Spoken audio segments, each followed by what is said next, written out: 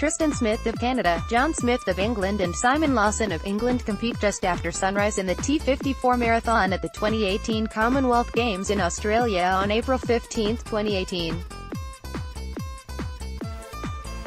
Cameron Spencer, Getty Images Toronto. Runners will step up to the starting line for the next World Championship marathon at a time Canada's best marathoners are already asleep. Dubbed the Midnight Marathon, the 42.195 kilometers race at the 2019 World Track and Field Championships in Doha will be held at midnight in an effort to avoid the sizzling heat in the Persian Gulf state. Last week's announcement of the World Championship schedule prompted an outcry on social media. British marathoner Mara Yamauchi was among critics that took to Twitter, writing, "WC Doha 2019 marathon start at midnight? I wonder if IAAF asked marathon runners' views, be considered athletes.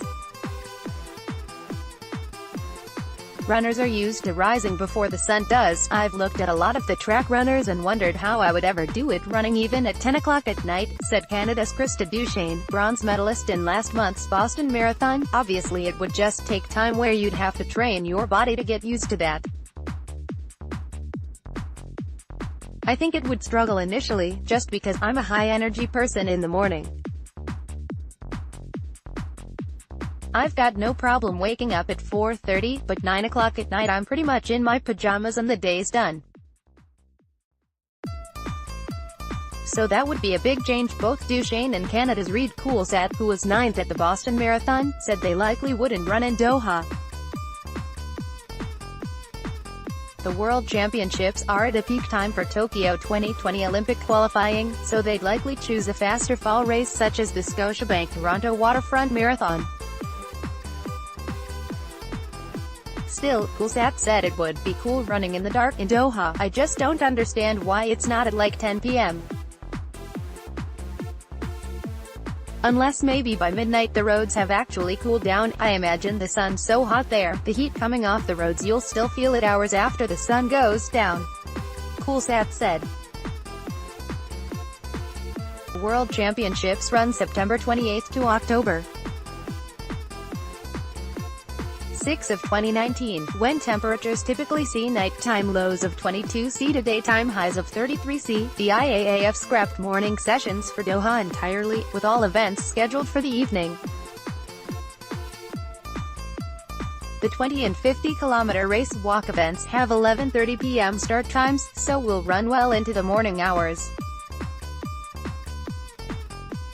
Other late events include the final events of the heptathlon and decathlon, starting at 12:05 a.m.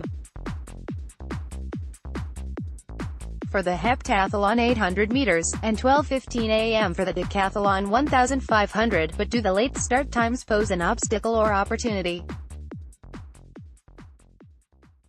Trent Stellingwerff, the Canadian track and field team's head of science and sport medicine, called the Commonwealth Games in 2010 in Delhi, with their heat and diet challenges, the toughest trip of his career. "But I also looked at, okay, if we can just do this better than other countries, and have more infrastructure in place, and better advice in place, then on a relative basis, we're going to perform better," Stellingwerff said. "I see Doha the same way. We can plan with our athletes, put interventions in place to phase shift them appropriately. And that said, when it's a World Championships or Olympics, when the gun goes off, there's nothing like a bit of adrenaline to move your time clock really quickly as well. The unique marathon start time," he said, "would affect everything from when athletes sleep to when and how much they'd eat. We would try to have a few periods strategically put in the months leading in where at least once they would push back practice, maybe not do a workout right at midnight, but maybe in the evening," he said. "And so that they've got to shift all their eating, and go through some of those practices so that when they get into Doha, they've done it before. We know what the challenges are. It's sometimes possible," he added, "for athletes to remain on their local time zone to avoid jet lag." He pointed out that Melissa Bishop arrived in Monaco last summer the day before racing, then ran a Canadian record in the 800 meters at the Diamond League there. It might be to their advantage too.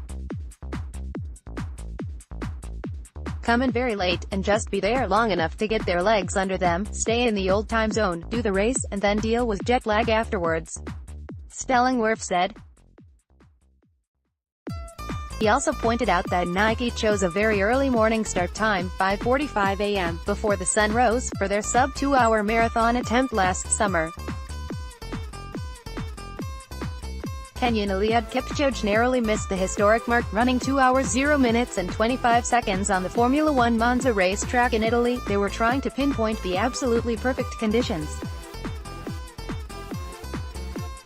Kipchoge got up at 2:30 or 3 a.m. for breakfast, Stellingwerff said. "So any athlete I sit with, I'm going to remind them of that, and say, it didn't bother Kipchoge, he almost ran under 2 hours that day." The Doha Marathon will be held along the city's picturesque Corniche waterfront promenade. The track and field events will be run at the refurbished Khalifa International Stadium.